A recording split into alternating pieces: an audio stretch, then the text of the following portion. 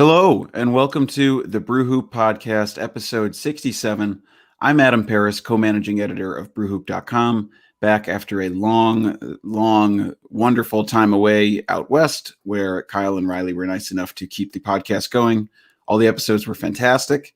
I don't feel like I missed any second of meaningful basketball while I was away due to the bubble games, but I'm so glad that Kyle and Riley were here to break it down. And today I'm only joined by Kyle Carr. How are you doing, Kyle? I'm doing pretty well.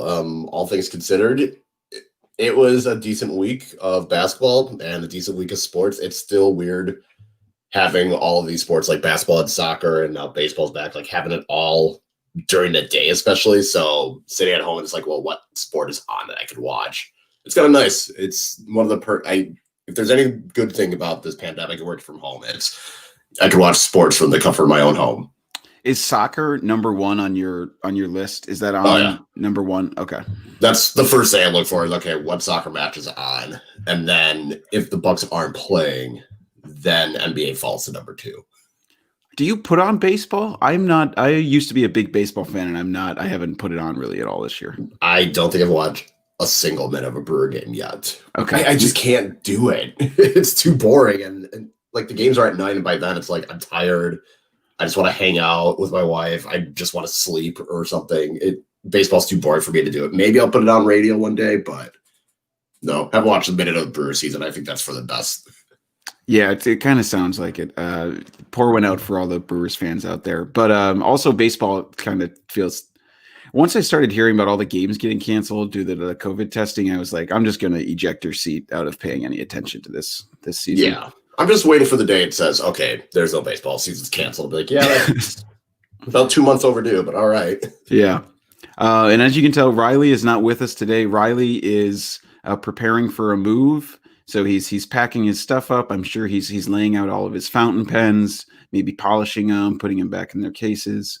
As someone who has had to move every year for the past 9 years, I do not envy you, Riley, for what you're about to do. So I hope it's going well. Yeah, I have not moved since 2017, and I'm planning on keeping it that way as long as I can. Oh God, this is the first year I won't have to move since I went to college, and I am so excited to not have to pack up all my stuff again. Is it worse? What is worse, packing or unpacking? I think packing.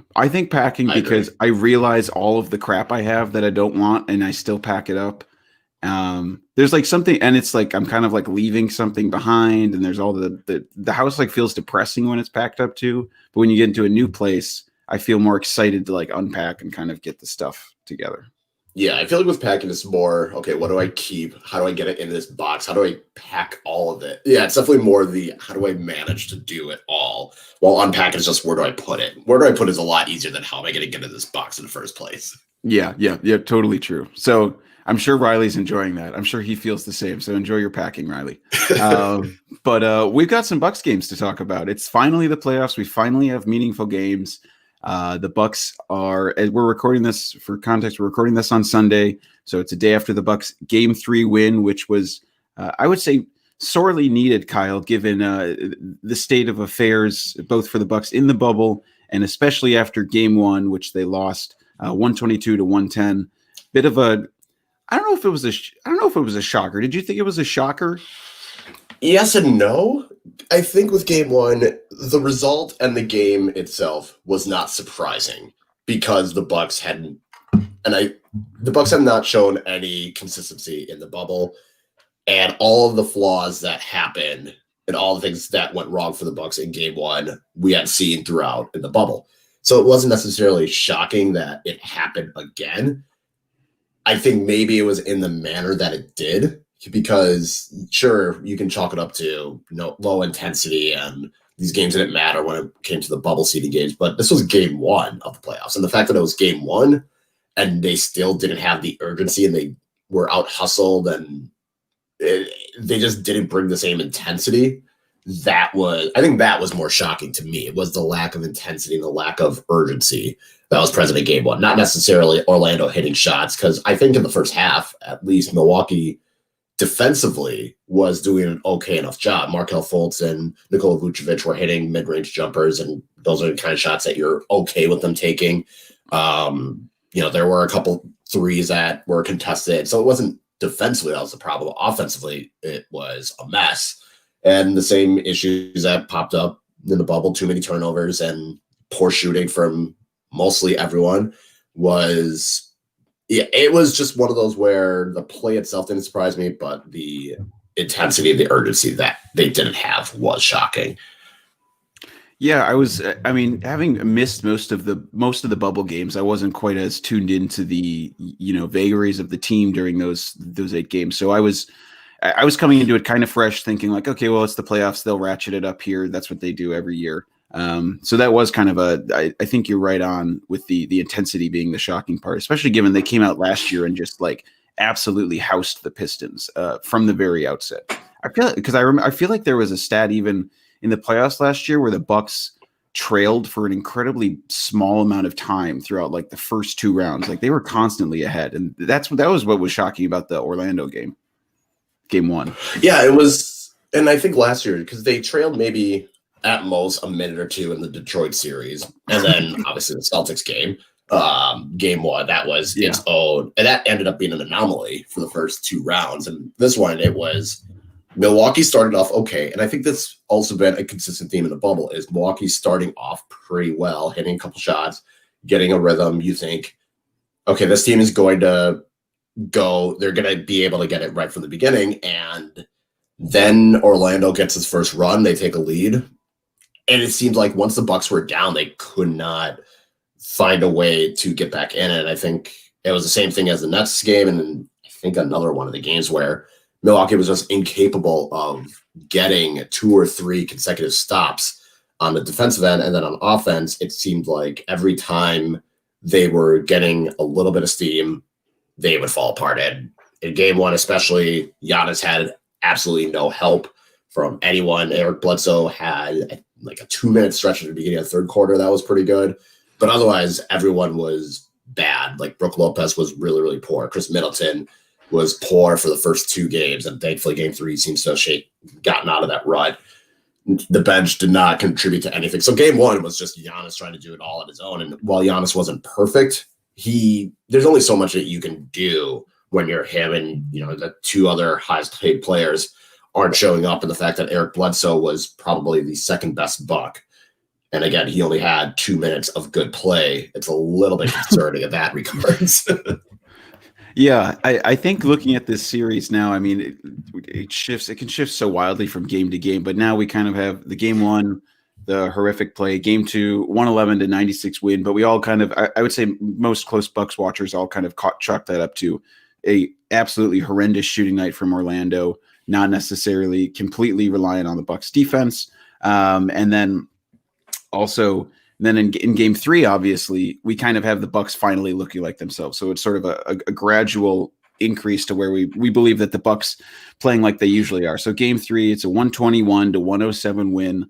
Giannis has 35 points, 11 rebounds, 7 assists. He's 12 of 14 from the floor, 9 of 12 from the free throw line. An absolutely dominating performance from him.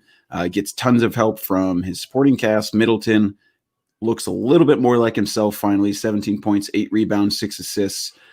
Just 7 of 17 from the field, though. Brook with 16 points, and then Eric Bledsoe, 14 points, 8 assists. I think on both sides of the floor, we saw the Bucks look a lot more like their regular season selves. They pushed the ball in transition and were able to get easy baskets.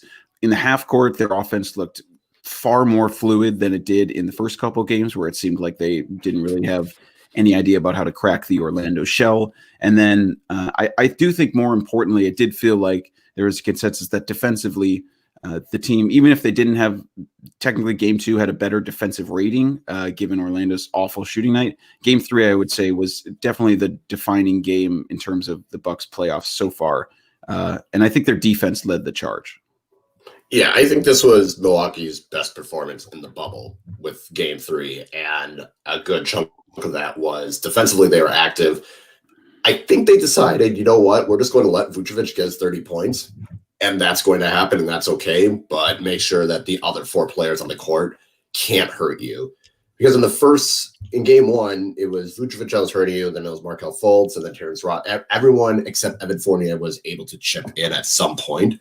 But in game two, it was everyone on Orlando missing shots. And now game three, it was we're still going to let Vucevic get all of the points that he wants.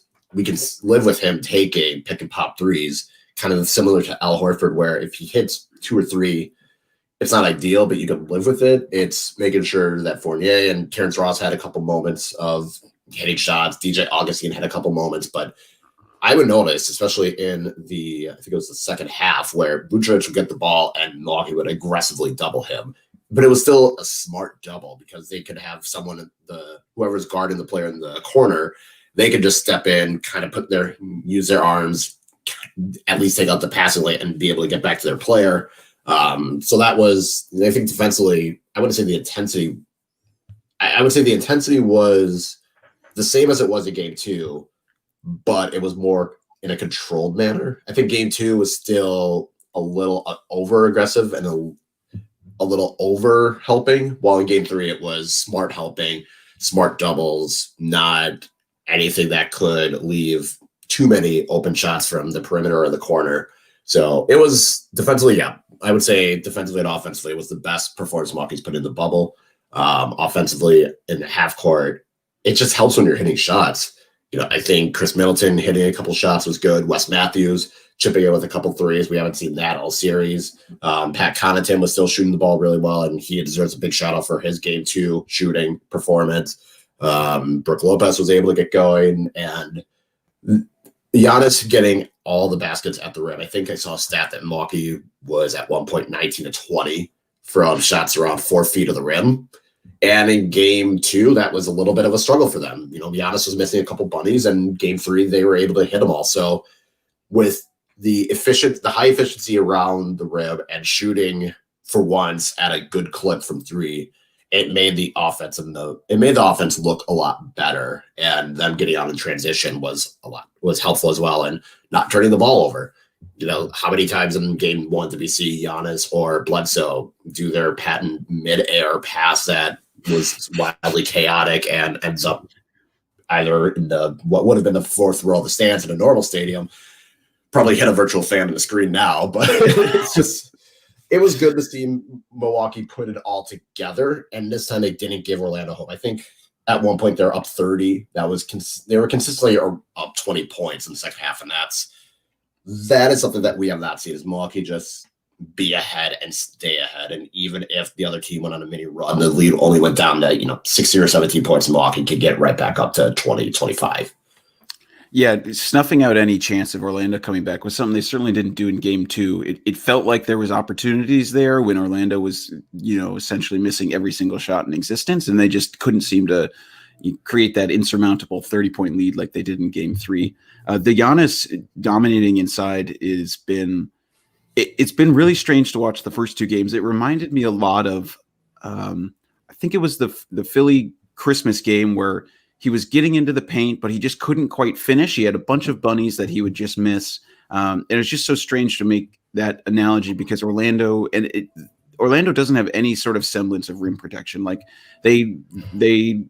Vucevic is not a rim protector. Jonathan Isaac and Aaron Gordon are out. Like there's theoretically no reason that Giannis should be missing those shots, but he just wasn't quite getting the bounces. It looked like, I think I looked up, he was 15 of 31 at the rim through the first two games, basically went 10 of 10 from around the rim in game three. So ups his average a lot more. So him finishing around the rim is paramount both to the Bucks' success and dominating in the paint against the Magic, but then also getting himself going because there's no one on the Magic who can match him. I do want to loop back to what you said about the defense. I think you summed it up perfectly by saying it was just as intense as game two, but it was in a much more controlled manner. I think you made great points that a second helper was coming in and maybe just getting his hand in on Vucevic. Maybe they were tagging the roll man a little bit better, but still helping out to their man on the defender.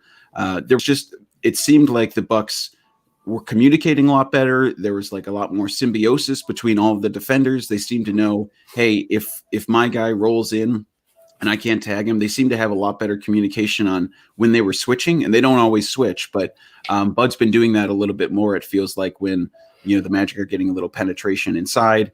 It seems like overall the communications was so much better. And it led to steals and runouts too. I think the Bucks, it looked like they had 25 points off turnovers against the Magic, which was obviously not the case. It was sort of the reverse case in Game 1 when the Magic were taking advantage of the Bucks' gaffes. Yeah, and it seems like at the same time the rim protection being good was helpful, because in Game 1, I get that Vucevic is a very large human and can get whatever points he wants in the post. But it still felt like everyone was able to get to the hoop. Like Markelle Fultz was able to get to the hoop. Everyone's like consistently. DJ Augusty was able to get to the hoop.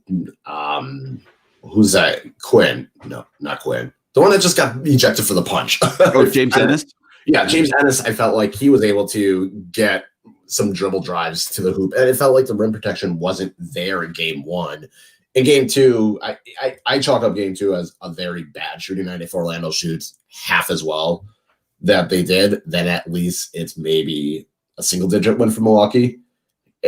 Milwaukee very much benefited from an opponent finally not shooting well. But in Game 3, the rim protection was there. Brook and Giannis were the key guys. But, we see Dante DiVincenzo get a couple blocks in. We see Marvin Williams, when he was in that game, be able to stop the dribble drives. We see even Robin Lopez, when he came in for a moment, he was able to at least contest the shots at the rim. And I think that was something that when Milwaukee's defense is at its best is when they can protect the rim and not necessarily keep you out of the paint. But if you're going to try a paint shot, you're going to have to go with a super athletic, acrobatic style layup, or you're going to have to throw a floater up there. And those aren't really, other than Markelle Fultz, no Magic player can really do that. So limiting the just layups and second chance points, I think that was just defensively, that was the Milwaukee that we had seen before the pandemic had happened.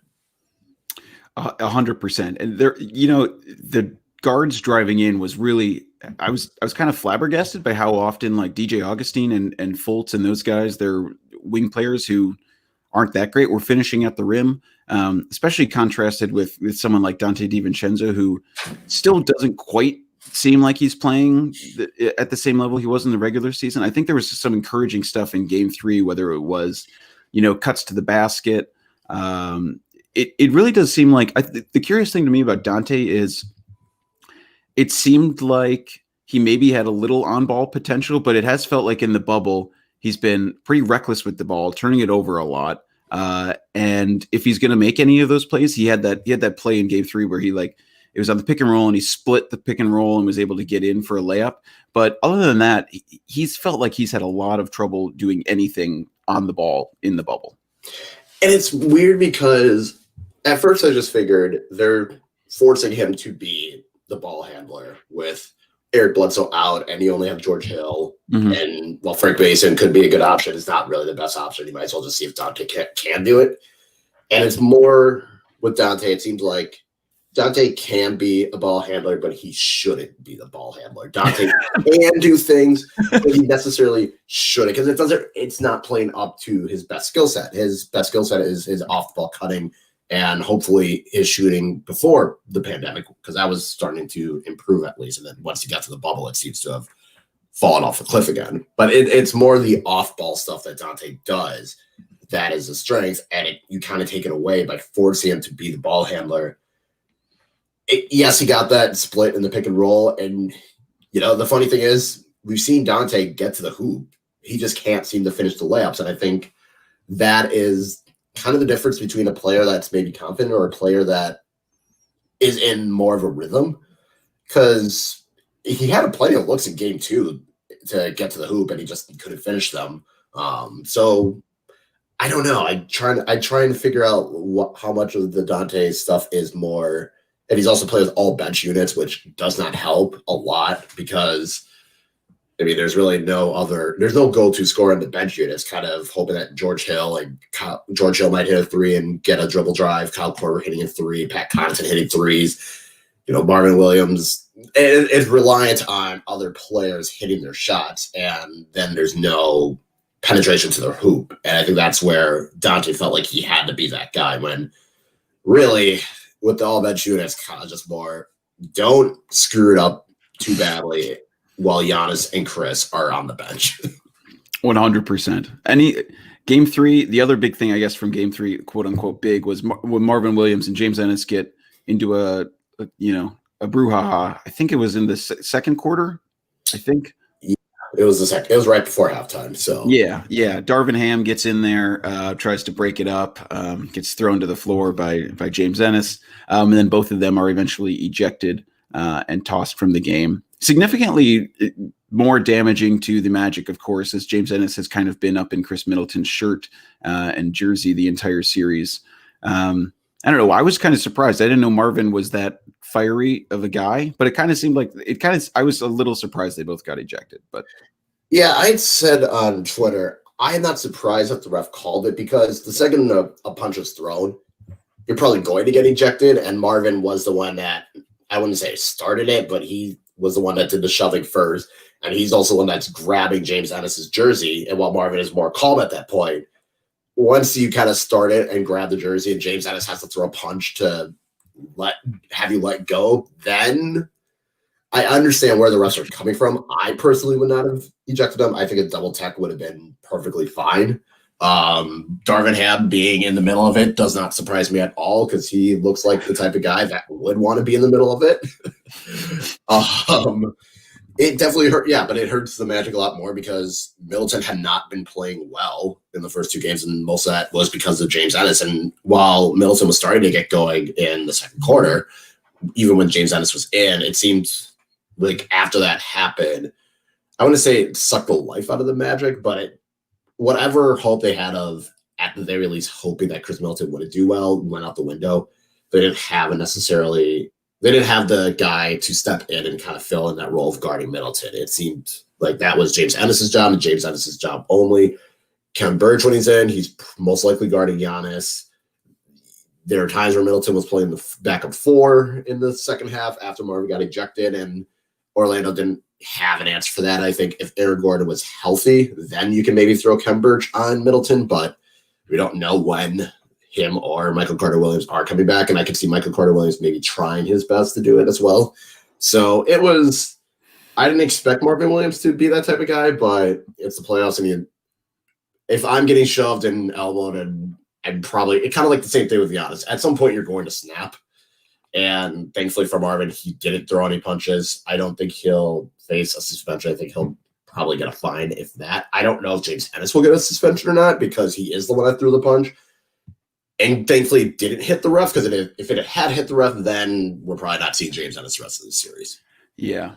I hope he doesn't get suspended just for the Magic fans' sake. They need some players, man. Gary Clark shouldn't have to guard Giannis again. That was really, really depressing. It's not fair. Okay, there's two more things I wanted to talk about from Game 3, and something from the series in general before we get into some concerns that I have that I want to run by you. Giannis, we talked about his domination inside, but he's been, I was looking it up before, and it felt like they've been using him a lot more in the pick and roll. Stan Van Gundy called it out yesterday too on the broadcast, how when the Bucks are using him as a roll man, he's been incredibly efficient, and he was okay at that this year. He doesn't do it that often, but it looked like in the regular season, he would play the roll man about 6% of his plays, very small amount, but that's up to like 12% in the playoffs so far. So small sample size, but twice as much so far as in the regular season. I really like that look for the Bucks. I like it, especially leading to some of the Brook corner threes that he's been getting. He's been able to hit those as a pretty good clip, and usually we don't see him spaced out there. Usually he's more of an above the break shooter. So I think that's been working really well for the Bucks to try and get some space. And I also think Giannis can obviously dominate and catch the ball and, do his Euro step and one step in, catching it off the roll. But it just opens him up to, I think, a lot more options, kind of like a superside like Draymond Green, like what the Warriors would do, where, the Magic are going to have to make an option. Are they going to throw a bunch of people in to stop Giannis from scoring right then and there? Or are they going to try and take their chances and stay out by the Bucks shooters and make them, try and prevent them from beating them? And I think it's a nice way to allow Giannis to do the stuff he would normally do in the Bucks 5-out offense without forcing him to like have to get by his guy and like drive in and dribble. So I think it alleviates some of that pressure from him. Yeah, I think it just also takes the possibility of defenders being able to try and take a charge as well. I think when Giannis has a full head of steam and he's heading towards his hoop, you're not necessarily going to stop him, so you have to throw your body in front of him and hope that he draws an offensive foul. And now when he's the roll man, it kind of takes that option away. And we saw it a little bit with Kyle Korver, where if the ball handler is someone that can shoot, you don't, and Kyle Korver has a quick enough trigger that he doesn't need to do a lot of dribbling. He just needs to get 1 or 2 dribbles so that his guy is screened by Giannis and Kyle Korver can get that shot off. Or when you have Eric Bledsoe, he's also someone that can get a full head of steam. And if the defense collapses, he can either dump it off to Giannis, and Giannis can get an easy dunk or layup. He can kick it out to the corner, where that's been Brook and Wes Matthews lately. He can go back to above the break, where Chris Middleton has been. So it does create more for Milwaukee. And I think for Giannis' sake, it's probably less taxing as well, because he's not having to go full out. I mean, he still goes full out, but he doesn't have to try and move his body in 5 different directions when he's dribbling the ball. He doesn't have to try and Euro step as frequently to get past someone or do a spin move into a wall. He can get the ball, kind of stand over it, and it's almost like running a high post in a zone where you can get the ball. You get the ball with your back face of the hoop, pivot, and you have 3 or 4 options in front of you. You can pass to the left corner, pass to the right corner, go take a jump shot if you want, and go to the rim. So I think with Giannis being the roll man, it kind of re-highlights that. It allows him to assess his options, and even if he doesn't have the ball, he can at least look and see what the next pass is going to be, because he has that intelligence, he has that ability where he can get the ball. Like Bledsoe can give him the ball and he can look and say, okay, Brook's in the corner, so the second I get the ball, I'm going to just grab it and immediately fire it off to Brook. Brook can get a corner 3, or I know I can get a layup, or I can draw a foul. So I think with him being the roll man, it's something that we don't see that often, and I don't know if that's just Bud intentionally trying not to give too much game film on it, or if it is by design. But that might be something that in the next couple rounds, if Milwaukee gets that far, that's where I hope the changes from what they learned last year against Toronto come into play, because then you can look at this is another option. And we talk about the Giannis Chris pick and roll, and that's been something that we haven't seen that much in the playoffs. And I wonder how maybe that's a break in case of emergency with the offense when the 5-out system doesn't work. But it is something that it should be utilized a little bit more. I think it benefits everyone, and it also conserves Giannis's energy a little bit more. Yeah, I feel like during the Warriors run where they had KD and Steph, people were always kind of clamoring for like more KD Steph pick and rolls, but that just like wasn't really a staple of the Warriors offense. But I think seeing Giannis being used in the pick and roll a little more, seeing Brook spaced out to the corners, even Brook has been used as a roll man quite a bit. I feel like I've been seeing him catch a lot more, like going inside, making his one pivot move. He's just really smooth down there. We talk a lot about Bud not making adjustments. I actually feel like he's been making like a lot of smaller tweaks in this series. I mean, they started out game 2. It didn't last forever, but like immediately they were switching on defense, and they weren't doing that the whole game, but it's at least another look that they have to think about. They've been using Giannis in the pick and roll. I mean, I don't really like the all bench lineups that he goes to, but I looked up the numbers and somehow they're freaking destroying teams with it. It's working, I guess. I don't know. I feel like he has been doing like a couple of different looks and small tweaks throughout this. And then, in game 1, they just were not playing with the intensity and level that they needed. Game 2, those things weren't super successful either. But I've appreciated seeing a little bit of diversity from him that'll hopefully, like you said, pay dividends in the future rounds.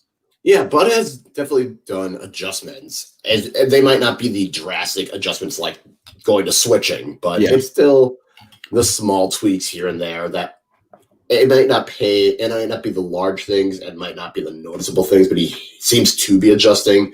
I think his rotations have been a little bit better at least in game 2 was a lot better. Game 3 was a little bit of a crapshoot just because Milwaukee was so far ahead that he was able to give more of a leash with the bench unit just to hope that they don't screw it up. But in game 2, at least, his rotations were a little bit better. He seemed to stagger Giannis and Chris a little bit more. He seemed to make sure that Giannis was on the floor, but Kyle Korver was also on the floor, which is something that wasn't really present in game 1. So I think his rotations at the very least have been the one change that I've noticed that have been different yeah, those switching every once in a while and pick and rolls are, I think, those are little wrinkles that I think he's throwing in there just because maybe he's giving the players a little bit more freedom of, we got to figure something out, so go figure it out. 100%. So one last thing before we do concerns. I just want to highlight Eric Bledsoe, who I think has gone really under the radar in this series, but in seasons past has obviously been a huge scapegoat for Bucks fans. I would say probably worthwhile to call him one of the big reasons that we might have lost in past seasons. But I mean, at least thus far, he's been really solid. 15 points in game 1. That was a losing effort. 5 of 11 from the field. Game 2, 13 points on 12 shots. I mean, he makes one of his 3 3-point attempts that game. It seems like a more efficient game. 7 assists in that one. And then game 3, 14 points, 8 assists, 5 rebounds. I mean, the thing for me with Eric Bledsoe is, obviously we all know that how much he matters defensively. And I think he's taken the charge in game 2 and 3 of leading the intensity. I mean, he's looked like a demon out there fighting over screens, just getting up in people's shirts all the time, smartly switching, helping off to tag a roll man or guard, help off to get his paws in a big man's way, so then he can't really be as fluid with his with the ball. So I don't know. Eric Bledsoe defensively has brought all the intensity, and I think offensively is doing. If he was basically like this the entire postseason, I think Bucks fans would be, I would say pretty happy. He goes, he'll go off for one game where he scores like 24 or something. If he happens to hit his threes, then that would be great. But I mean, he's averaging a good amount of points on decent efficiency. We're going to get the boneheaded early shot clock shot every game. We're going to get the jump in the air. We're going to get the jump in the air and throw at the virtual fan. We all know it. We all know it's coming. It's just part of the Eric Bledsoe experience. Sometimes I wish he would just do it all. Like maybe Bud could script the first 2 plays for that, where he just like throws it out of bounds and then he takes a really early shot clock 3 and then he's out of his system. But I mean, overall, just kudos to this guy for one, coming back from COVID-19, playing in the bubble. I have no idea how that's affecting him. Maybe it is affecting him still. And then 2, just being a consistent player who, I mean, at this stage of his career, I don't think he's going to be like the Eric Bledsoe of old, but like if he's playing like this, I think all Bucks fans are pretty content. Yeah, he was not the reason the Bucks lost game 1. So that I want to come out there and say right now, he was, like I said, he was good. He was really great for a 2-3 minute stretch right after halftime. And then he kind of tailed off like the rest of the team. So Bledsoe has not been the reason Milwaukee lost game 1. And I think in games 2 and 3, he's doing exactly what we're asking him to do. We don't want him taking the second or third most shots on the team. If he takes the fourth most, great. Perfect. But we don't want him taking more shots than Chris and Brooke. So if Eric Bledsoe can do it at a semi-efficient rate, great. His defense, we all knew, was going to be good, and it was going to be something that was going to be an asset come playoff time. And I just think he's playing within himself. I don't think he's trying to do too much. And I think that was the big issue the last 2 years, where in that first series against Boston, he tried doing everything and he gets burned by Rozier. So now he wants to go out and prove a point. It was just a capitulation on his own. And then the next year he was good enough against Detroit. He was fine against Boston and against Toronto. I think it was, again, trying to do too much because Giannis is doing it all. And Chris is trying to do a lot, but he's also being guarded by Kawhi while also guarding Kawhi. And it just throws him off. Brooke can't hit a shot. Everyone is, Brogdon is not really. It just felt like he may have felt like he had to step up and do more. And now this year, he's playing within himself. I think the less we notice Eric Bledsoe's boneheaded plays, the better. And again, he's going to get the 2 or 3 seconds of the shot clock 3. I think that's more of Bud empowering a lot of people to shoot when they have the chance instead of looking at the realistic plan. And yeah, he's been really good. And I think he's been someone that if you get this Bledsoe for the rest of the playoffs, you'd be okay with it. I don't think there's any big complaints. I think he's doing everything that we're asking of him. I think we said with our expectations, either early at the beginning of the season or right before COVID, we just said, don't have a train wreck of a playoff series. And so far, so good. Well, one guy who we certainly don't want to see this guy for the rest of the playoffs is Chris Middleton, and I think we need to talk about him. Game 3, 17 points, 7 of 17. He had some of those dribble through his legs, step back threes that swish look really beautiful. But game 2 was one of the worst games I've seen him play probably ever. Looked completely disengaged, 1 of 8 from the field. Didn't feel like the Bucks, he could even find his spots, let alone like get a decent shot up. I was not sure what was going on with that one. Maybe he was sick or something. But that was a pretty horrific performance from him. And overall, he has not found the rhythm at all in this series so far. How concerned are you about Chris Middleton? If I put it on a scale of 1 to 10, I'm at a 7. Okay. Because it may be good enough to get through. How he's playing may be enough for the Bucks to get past the Magic. And it should be enough for the Bucks to get past the Magic. But you're likely facing Miami the next round. And if he's struggling against, James Ennis, I don't want to know what's going to happen when, James Johnson and Jimmy Butler and Jay Crowder are on him, because they're going to be much more physical. And I mean, I think they'll probably be equal physicality than James Ennis, but it's still going to be a lot of players. And then if you get to the next round, then you're looking at OG Anunoby, you're looking at Norman Powell, then you're looking at those guys that pretty much gave him difficulties last year. So I don't know. I don't think Chris Middleton will ever be as bad as he was in game 2, because that might be the worst I've seen Chris Middleton in a Bucks jersey.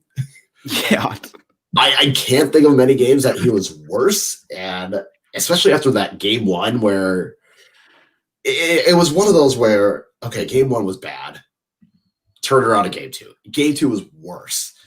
And it's bad when Gary Wolfel has a tweet and you agree with it.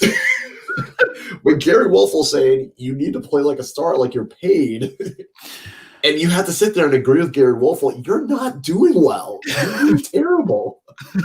And I know I'm going to take over for Riley, because I know Riley would be slamming on Chris right now, but you're the highest paid player, and you're the second guy on this Bucks team, and you are getting outplayed by the likes of Gary Clark Jr., James Ennis, DJ, obviously, Mark. You're being played off the floor. If I had to do a power ranking of players, I don't know if Chris is even in the top 10 right now, just based off of how bad he is. And if this was Jason Tatum, I would be slandering him just as much. I was slandering Jason Tatum after the Bucks' first bubble game when he was, like 4 of 18. Actually, he might have been worse than that. But yeah, it's the same thing where you need to show up, at the very least, hit some threes. Going 1 of 8 is inexcusable. Looking that disengaged is inexcusable, and he's got to turn it around, or Milwaukee has absolutely no chance of even competing with Miami, let alone beating them. Yeah, that's been the argument for me. Like, all credit to James Ennis, solid defender. It's been in. This isn't Kawhi. Yeah. Like, come on. Like, I don't want to hear this stuff about like you can't get to your spots, or like you're not making shots. Like, you're a dude who just needs to. You've been able to post up on the elbow all freaking year, and you just turn around and nail your shots. That's what you've been doing all year. There's no reason James Ennis should be the guy that suddenly stops you. You've done it against far better defenders. There's a reason that Chris Middleton, took a leap this year. All of us were talking. I mean, his shot chart is green across the board. He's been nailing just about everything in sight. He's been nailing tough shots. He's supposed to be the guy who, if the Bucks offense is stilted, I mean, theoretically, he's the perfect playoff guy if the Bucks offense is going, because he can actually just get his own shot from the elbow. Like, I mean, he's just going to make the kind of jumpers that like Kobe would make for a long time. He's certainly not Kobe, but like that's the kind of shot that he would just take. He would just grab it on the elbow, turn around, and take those kind of shots. And I've just been very, very surprised to see him look so off kilter, especially after, I mean, it's not like his stat lines were awful in the bubble games, right? No, I mean, he was one of the only good things about the bubble games. Him and Brook were, at the very least, you could say, Brook and Chris are playing really well in the bubble. So hope that should carry over, even if Milwaukee can't defend to save their life.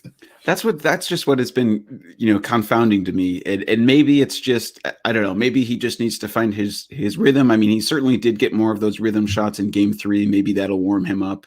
But the fact of the matter is, you're right. There's no way that the Bucks are going to survive in future rounds if Chris Middleton is playing like this, because he's supposed to be the second best player. He's still been getting like a good amount of assists per game, but really the Bucks need to rely on him to make really tough shots that deflate the defense, make threes that open up the offense for Giannis and Brook to be able to thrive inside.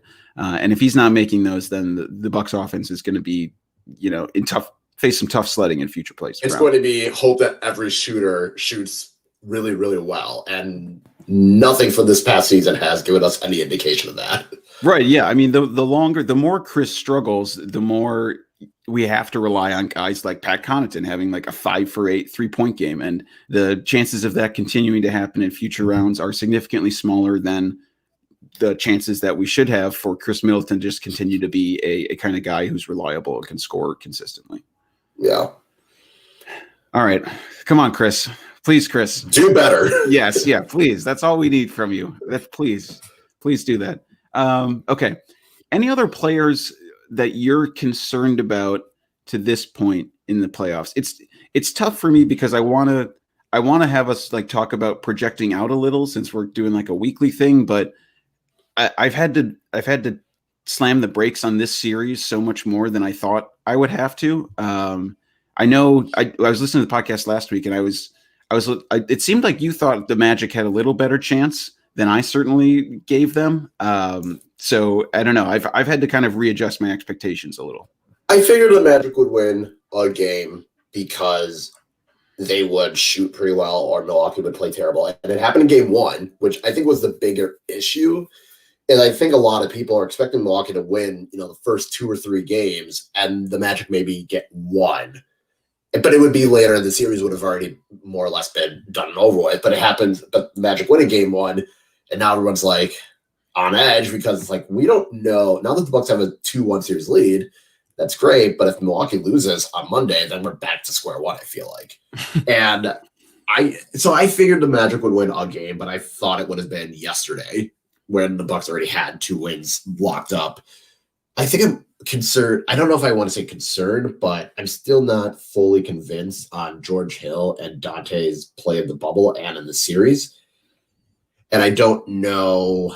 I mean, Hill has done better shooting wise, but I'm still not there where I can completely trust both of them. And especially if Eric Bledsoe were to unfortunately have a terrible game, I don't know how Milwaukee necessarily recovers and fills that void. So there were signs of improvement in game 2 from George Hill, and there were signs of improvement in game 3 from Dante. And I just want to, but it's not the same 2 players that we saw pre-COVID that were like George Hill was arguably a 6th man of the year candidate, and Dante looked to be someone that was making that leap. So those are slight concerns, but it's still lingering in the back of my head. Yeah, game 3 obviously helps, push a lot of concerns aside, given the Bucks finally looked a little bit more like themselves. But I think you hit the nail on the head. Those are the players that both of them were even mentioned, I think, in like Zach Lowe's podcast as potential 6th man of the year candidates, Dante and George Hill. We've relied on them to try and fill some of the playmaking void from Malcolm Brogdon. And I mean, last year in the playoffs, George Hill was a man on a mission. I mean, he was like dribbling through dudes, I think in the Celtics series, just like schooling them. He was the best player in the Celtics series. Yeah, I mean, he would just go up for skying slam dunks. It was insane. I don't know where he, drank from the fountain of youth in that series, but I mean, you certainly saw signs of life. He looked really not good in the seeding games, but looked a lot better in game 2 and game 3. But I think those are the players that you're going to need a lot more from in future rounds, especially as the rotation shortens, which I want to talk about that next as well. Is the long rotation just around one thing? Is that what you think? Yes. I think it will still, because Bud's going 10-11 deep. Yeah. Yeah. So maybe it goes down to 9. I don't know how much Robin Lopez is going to play moving forward. I don't know how much he's going to be able to go with Kyle Korver. Because and Riley and I were saying this last week, I think the only bench guys that I feel confident will play for sure is Dante and George Hill. And I don't know how much Marvin's going to play. I don't know how much Robin Lopez is going to play. if Pat Connaughton keeps shooting this way, then he deserves it. So that's 8. So maybe Bud goes 9. And every once in a while, he'll go 10, depending on foul trouble. But I think he's going to have to play, Giannis and Chris and Brook more minutes. And he's not going to be able to do these all-bench lineups and get away with it. So I think he'll shorten the rotation a little bit, but I still wouldn't be surprised if there's a game where 10, 11 players are playing. Maybe they only play 2-3 minutes, but I could see Bud starting to tighten up the rotation a little bit more. Yeah, the Kyle Korver thing is an interesting conundrum, I think. Last year in the playoffs, the Jazz, he was playing for the Jazz and then all of a sudden basically just stopped playing for them in the playoffs when teams were hunting him on mismatches. Obviously, the Magic can't do that. I think we'll have a lot better idea of what his Bud's feeling is for Kyle Korver in the second round when we have a team that can actually hunt him down. Yeah, I'm afraid of him being on the same court as Duncan Robinson and Miami is supposed to just drawing up every play in the book. Like, okay, Duncan Robinson's going to shoot, and Duncan Robinson's going to have a Fred VanVleet, except he's actually a good shooter, so it's not going to be surprising. Oh God. Okay. Yeah, I don't want to think about that yet. Yeah, I'm not going to think about that yet. The Robin Lopez obviously seems matchup specific. If we need to, I can see him going in if like another team has another big, but he's looked a little cooked this series. He's looked like he hasn't been quite up to snuff, particularly defensively. Yeah, he is someone that I figured if you could put him on Vucevic and it at least would be okay. But Vucevic has just torched everyone. So at that point, if Brook and Giannis can't seem to slow him down, then there's no point in trying to throw Robin out there. And, moving forward, there's not that many big centers out there. And we've seen Robin kind of get torched by Vucevic, by Valanciunas in the seeding game. I don't think he's going to be the guy to put on someone like Kelly Olynyk, and I don't think he's going to be the guy to put on Serge Ibaka and Marc Gasol. So I could see that being Robin started to lose his minutes more because the matchups aren't going to favor him enough to justify putting him in. Yeah, and I think, yesterday Bud went to occasionally Giannis on Vucevic, which is obviously, Vucevic is big, but Giannis is huge as well. I kind of like that matchup occasionally if we start to get Robin Lopez out of the lineups, just given Giannis's ability to do a lot of the stuff that Brook does, where he's able to play the drop pick and roll, but can hunt, get back to someone who's popping so much faster than Brook can. Right. I think that athleticism will benefit the Bucks a lot in future rounds. And I wanted to ask you because Vucevic has been carving them up on the pick and pop. We've known that's kind of been a weakness of this Bucks defense for a while now. Certainly played out last year and in that game 1 when Al Horford destroyed the Bucks with the Celtics. Who else in the East scares you when you think about employing that same model? It's kind of tough. I would say Serge Ibaka and Marc Gasol. Marc Gasol scares me. Like Kelly Olynyk, I feel like Giannis, you could put Giannis on it and it'd be fine. Maybe if Indiana pulls it together, Miles Turner could be that guy. Maybe, but I don't know if Indiana's going to win that series anymore. I don't think anyone in Philly is worth mentioning because even if they somehow pull off a miracle, I don't see anyone in Philly really being that threat. I guess Daniel Tice could be someone that one game could give Milwaukee fits, but he's more of the rebounding, screening, dirty screen guy that's going to make things annoying and draw fouls, but I don't think he's going to be the pick and pop. So yeah, Marc Gasol and Serge Ibaka, I guess, are the only two that really pop in my head as they scare me. Like if they have the ball and that shot's going up, I feel like it's going in. I totally agree. I think Vucevic is actually, you mentioned like Kelly Olynyk and Tice. Vucevic is interesting in the fact that he certainly can make threes. He's not like an elite 3-point shooter, but his game is so much more well-rounded than like a guy like Olynyk or Tice, where like the only thing that really scares you is that they can make a three. Like they can pop effectively. Vucevic, it's like an Al Horford almost. It's like Vucevic and Al Horford kind of that same territory of they can hit it, but they're not consistent enough that it's a threat. It's just enough that you have to at least be aware that it could be a possibility. And Vooch is much better inside. Like he has a much better, like if he wants to, instead of pop, he wants to roll. I mean, that's where he could actually be effective. And like, I'm not scared of Kelly Olynyk or Daniel Theis really rolling to the rim. But Gasol and Ibaka, definitely. Gasol is like one of the, I mean, Gasol's a huge reason the Bucks lost last year. He's incredibly smart defensively, was able to make the threes when the Bucks gave it to him. He's really the guy in the East who would freak me out in terms of another team employing the same strategy.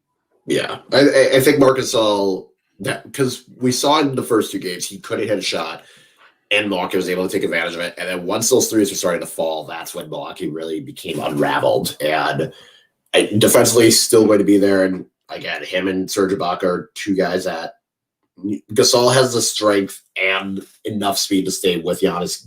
Ibaka, it definitely has both as well. So those are the 2 guys where, in terms of bigs, those are the ones that I think Milwaukee could handle a little bit better because they don't have a Kawhi Leonard where you can just stick him on someone and you basically make them useless. Mm-hmm. They don't have that level of defender, so I think Milwaukee has better odds of being able to attack both Gasol and Ibaka, but it's still going to be a challenge. It's still going to be grinding it out, and you're going to have to work for all those points. Yeah, 100%. Anything else? I don't know, concerns, questions, lingering thoughts about the Bucks thus far? Honestly, I have not. So game 1 and game 2, the refs were friendly. We'll just say. Game 3 didn't seem that way, and I don't know. But the weirdest thing is, I've not had as much of a gripe with the refs in terms of the whistle for Giannis. I think the refs have been pretty good in terms of reffing Giannis and reffing everyone else. It's just they seem to be very whistle happy. So does that continue? I don't know, but it's definitely an interesting point where, normally we would have at least 3 or 4 games where we're all just berating the refs and saying they're terrible and blah, blah, blah, blah, blah. But I feel like other than game 1, that was more frustration of everything else that was going on. And then game 2 was still between the refs and Milwaukee not being able to put this to bed, this has been a very tense game. So I don't know moving forward that's going to still be the case as well. I don't think it's a concern. It's just something that I noticed because I feel like we as Bucks fans always seem to point to the refs whenever they screw up with Giannis, and that hasn't been the case as much in the series. Yeah, I think they've done a decent job on him. I certainly think Orlando maybe benefited a little bit from their guys forcing contact, which is fine on shots. I think game 1 and 2 they did that. In game 3 there were I think 2 Terrence Ross shots where he shot a 3 and tried to kind of fall down and the refs weren't falling for it, which was semi encouraging for me. But I think I agree that the refs are something to watch, and I try to kind of forget about them in terms of my analysis of the game since it can switch so much and it's always a really difficult thing to even comment on because I've never done it. I think I would be an awful ref. I think I would be swayed so much by making a wrong call one time, and I would be like, all right, well, I got to make it up to the other team now. So I don't know. Yeah, I cannot be a ref. Maybe in volleyball, that is the only one that I could be a ref and feel competent on. Yeah, I also would get really scared when they would argue with me. I'd be like, "Look, you're right. I'm so sorry. I know I screwed that call up." Yeah, football would be the toughest sport to ref because I feel like those guys would just immediately charge me like, all right, sorry. There's a little bit of contact, and I forget that football's a contact sport. Okay. All right. Let's talk a little bit about just real quickly touch on the state of the Eastern Conference playoffs right now. So we're recording this Sunday. By the time people hear this, the Sixers maybe got swept by the Celtics. Raptors could have maybe swept the Nets as well. Both of those series basically seem in hand. So it seems like the next round is probably going to be Celtics versus Raptors. And then the Bucks' next opponent likely is going to be the Heat. All of those teams are up 3-0 in their series. Kind of been getting routed. It's really, I think this shows what the bubble can do because even if it's going to game 3, you don't get the momentum shift of switching venues. You don't get any of that. It's just you just got to go back out and play. And I think that's coming to fruition in these other series. Yeah, and it's interesting with the Miami Indiana because I didn't expect Indiana to get outplayed as badly as they have. And I mean, game 3 they at least had it close and put up a fight, but it seems like Miami had hit a gear, and I don't know if that's just the Pacers. I don't want to say lack of talent, but drop in talent, because I mean Oladipo is a very good player, but I don't think out of any of these teams in Eastern Conference he is their best player. Like, I don't think if you put him on Toronto, he's their best player. I don't think if you put him on Philly, he's their best player. So I think that talent gap with the top end is starting to show for Indiana. Philly, they've always had issues with Boston, and this is just highlighting it. And honestly, if Brett Brown still has a job going into next year, I will laugh my ass off, because clearly Philly don't know what they're doing then, because I don't know how you can sit there and watch this team and think, yes, the way to fix this is to give a max contract to Tobias Harris. And also, let's not look at the coach that is supposed to find a way to take advantage of these two players that they have, and they can't do it. I mean, granted, one's a coward and won't shoot, which doesn't help anything, but I don't know what you do if you're Philly. You have to at least try a new coach and hope for the best. I'm not saying it's going to be Jason Kidd-esque, but they've only won two series. They've gotten past the first round last year, lost to Toronto. They got past the first round a year before, lost to Boston, and I think but they weren't that convincing. They just played teams that were not as good as them. Toronto looks like the defending champs that they are. Nothing surprising there. Brooklyn's talent or lack thereof obviously being exposed. And I think had Milwaukee not lost game one, I think we'd be looking at all sweeps in the series. And it is interesting with the lack of momentum where you're not playing in front of the opposing fans. They might get riled up. I can only imagine, Orlando, if they were playing in Orlando in game 3, they would have been extremely fired up for it if they had won the game 1. But at the same time, I think Milwaukee would have won the first 2 games with ease as well. So it's interesting to see. I expect Philly to get swept. I'd expect Brooklyn to get swept. Maybe Indiana steals 1. But yeah, I think the top 4 teams in the East are playing like the top 4 teams that they need to be. The Bucks, Heat, Celtics, and Raptors. Yeah, I would agree. And I can just say from my Philly sources out here, the fans are restless. They're not feeling good. They're not feeling very happy right now. Lots of trade Horford. They seem to not. Some people don't seem to understand how difficult that might be. But with that contract, I don't think you're going to be able to do it well. That's fine. I usually just grit my teeth and just listen. It's more fun to just listen. Anyway, good luck, Sixers. The East, you're right. Top 4 teams seem like the top 4 teams. That seems like the storyline so far. As long as if the Bucks take care of business, then we'll have actually an interesting pecking order. I think coming out of this round, even if the Bucks win the next 2 games, I think there will be a lot of buzz over probably all 3 teams, maybe more so than the Bucks. The storyline with the Bucks will be, why aren't they playing like the Bucks? And the other teams will probably be, wow, these teams look like they could give the Bucks a run for their money. I don't know. It'll be interesting to see. Yeah. Okay. All right, Kyle. Let's move on. Let's close this out with some rapid fire and then previewing the games. All right. All right. Well, wait, before we do, I just realized we got to take an ad break. All right. We're going to take an ad break and then we'll do rapid fire. Okay. Stay tuned. All right. We're back. It's time for rapid fire. I'm sorry for teasing everyone there. Okay. I wrote these up. Let me see. Oh, this is a good one. Okay. First one. Preferred cheap beer in college. Michelob Golden Ultra Light. The Goldens were great.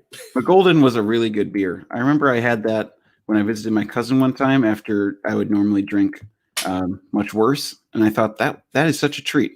It's so great. And it's really just like a Minnesota, Northwest Wisconsin thing. Because when I would be home for the summers, I could not find it in Southeast Wisconsin. You are 100% right. That I would always get it when I would visit him in Eau Claire. So you are totally right. Okay. Next one. Favorite piece of Bucks and or other team memorabilia. Oh, this is tough. I really enjoy the Bango bobbleheads that they used to give out. I think like 10 years ago. I still have one of them, but the Bango bobbleheads were always the coolest thing to me because it actually looked like Bango. So I had 2 or 3 of them, and I lost one, and another one broke when I was moving. So I still have one left, but Bango bobbleheads were, I think it's just it reminds me of childhood. So yeah, the Bango does seem like a good model for a bobblehead because they're never going to look that good. They're certainly not going to look like a person. So a Bengal bobblehead seems like a smart choice. All right, next one. Do you enjoy camping? Not really. Like, I don't like it. I'll do it if I absolutely have to, but not really something I'm going to make a priority. No. Okay. Okay. Favorite cartoon growing up? Ooh. Oh, there's so many. I'm gonna do early childhood. I'll go Rugrats. That was always a go-to, and Recess was another. Those were my two. Okay. Do you have a show that you would just turn on? Let's say, okay, it's the end of the night. You're like, okay, Emma's asleep. Sterling's asleep. What if I just want to like chill out and just relax and watch a show? What would that show be? I would say Scrubs. Scrubs. Okay. Easy show to pick up. I think I've watched it enough times that I can pick anywhere and know exactly what's going on and what season it is and what the dynamics of the characters are. So, Scrubs would be the pick. That's cool. Mine would be Gilmore Girls, and I've waited about an hour to bring this up, and I just wanted to talk real briefly about some of the slander you spit last night on Twitter about Rory Gilmore, a fine, outstanding citizen who clearly didn't have the finest role model, a great maternal figure, but she probably didn't make the best decisions her whole life. And yes, it is damning that like 2 out of the 3 relationships Rory had, she wound up ruining their eventual marriages. You know, that's a tough look for her. But you know what do you want her to do? She had to make tough decisions. She got into Yale. She did all this other great stuff. Okay, she's a fine, upstanding citizen. She did her. You know, she stole a yacht and then she went and picked up garbage for it. Oh, that's the least of my problems with stealing a yacht. No. Let me start with this. You'd willingly sleep with a married man in Dean. Dean is the worst. We can all agree on that. Dean sucks. Oh, God, I disagree. Hard disagree. Oh, anyway. My God. Dean is the worst. Dean should know not to cheat on his wife, but at the same time, he is still heartbroken. Rory knew he was married. Like, she damn well knew he was married and still was like, yes, I'm going to sleep with this guy. No, don't do that.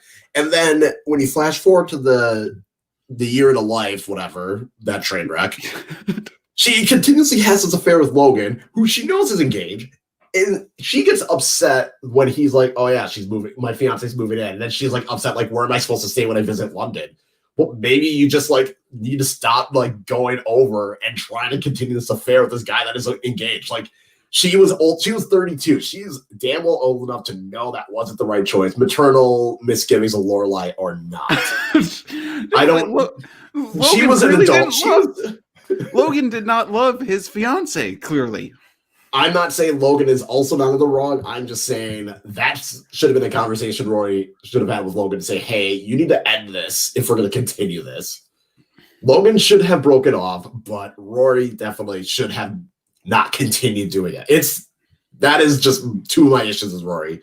She's also someone that because Lorelai, while decent enough parent to like try to empower her daughter, didn't really give her much in terms of facing adversity. So Rory had almost everything more or less given to her. Yes, she was smart. Yes, she worked for it. But at the same time, she's still someone that throughout her whole life got stuff given to her and got away with a lot of things. And then she starts getting into children. And then she realizes, oh, the level is a little bit higher. She struggles with that and eventually gets through it. Then she gets to Yale. And one piece of criticism from Logan's dad, Mitchum Huntsberger, who is probably the biggest douche I met him in real life. I'd want to punch him. But he gives Roy the feedback of, you're just not, like, I don't think you're going to make it. And all the points that he gave Roy were very valid. She was not, a go-getter. She did not take the initiative. She was more passive. She was, again, a really good assistant, but not someone that would take charge. All of it was valid criticism. And Rory goes into this panic. And of course, again, first time she's really handling criticism, because every other time everyone's like, oh no, you're great, you're the best. And no one actually told her, yeah, you're not that good. She also had the situation in Yale where the advisor was like, maybe drop this class. And she's like, what are you talking? Like, I know, like, she just never was able to fight through and get through adversity. And stealing the yacht is the lowest of problems. And she's like, yeah, I'm going to drop out of Yale. I'm not going back. I understand but that. Then she went back. When I first watched it with Emma, I thought her drop out of Yale was like ridiculous and she needed to do better. But now that I slightly get it a little bit more, because you do need like time to just like reset and figure it out. But maybe it's also because it would be one where if I had a chance to go to Yale, I would not try and drop out and potentially screw that all up. So Rory's just not someone that handles adversity well and makes poor choices. I think that's really what it comes down to, those two things. Those are very valid criticisms, but we're watching her emotional maturation in real time. We're watching her go through these things and have to reckon with her decisions. Granted, usually doesn't really get punished for anything that she does. That's the problem. Poorly. She doesn't get punished for her bad decisions. Yeah, but eventually she gets sleeps back with in. Dean, ruins that family life, and there's no consequences for it. She's like, it wasn't going to be going to Yale. See ya. It wasn't going to be good. It wasn't going to be good. It was clear from the outset. Like you would think for a place like Stars Hollow that she should have been like a piranha for like disturbing the balance. Okay, yeah. I mean, she chose a tough small town to wreck a home in, especially when the clothes are thrown out on the street in the middle of like there's a whole ass scene, and I feel like Dean gets slandered for it, which he should, but like no one slanders Rory for it. Everyone's just like, okay, whatever. All right. Well, which also she was terrible in her relationship with Dean, just basically emotionally cheating on him with Jess. Like, that's what bugged me about it. You know, Dean was a great, just humble at home dude, almost got into community college. And Rory just left him on the doorstep. That's true. Rory fucked up Dean. Okay. All right. I just talked myself into your point. Okay. All right. So there's my Rory slander. She's not the worst character in Gilmore Girls, but she sucks. Who is the worst character? Oh God. Oh boy. There's Lorelei's not great. Okay. All right. We got to move on. No, we got to move on. We can't do anymore. Okay. Yeah. I will still go with Logan Huntsberger's dad is still the worst, because that is everyone knows that type of guy. The rich, arrogant white dude that you just want to punch in the face and hope that he gets parasited. Yeah. Oh, that's good. Okay. We'll end on that. All right. Previewing the games. Bucks are up 2-1 in the series.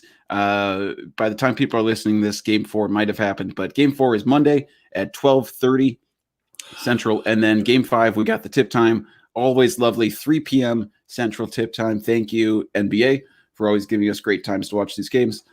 All right. What's your prediction for what the Bucks will go this week? There could be 2 more games, but they will close the series winning both, gentlemen's sweep, and we will feel a little bit better about the team. Yeah, I'm kind of in the same boat. I think it's going to be a gentleman's sweep now. I just think the Magic, even if they get like Aaron Gordon or Michael Carter-Williams back, I don't think that's the shot in the arm they need. Aaron Gordon might even make their chances worse offensively, because he might try and take possessions away from Vucevic.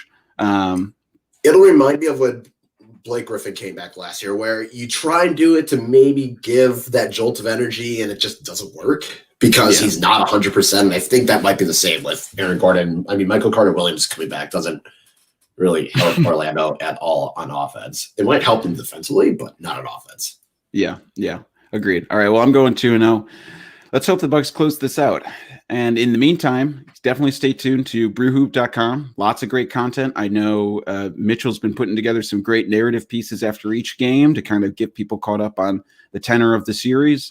Much you better also than had a great one. No, yours was a great one. Yours was that's how so many fans felt. You just put emotion into words. It was great.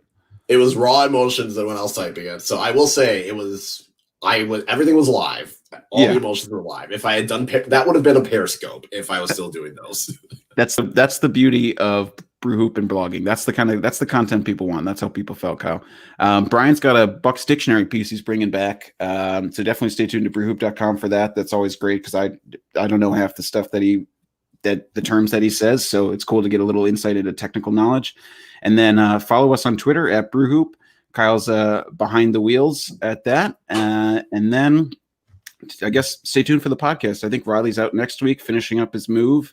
We might have a special guest from the Brew Hoop staff joining us. But in the meantime, stay safe and go Bucks.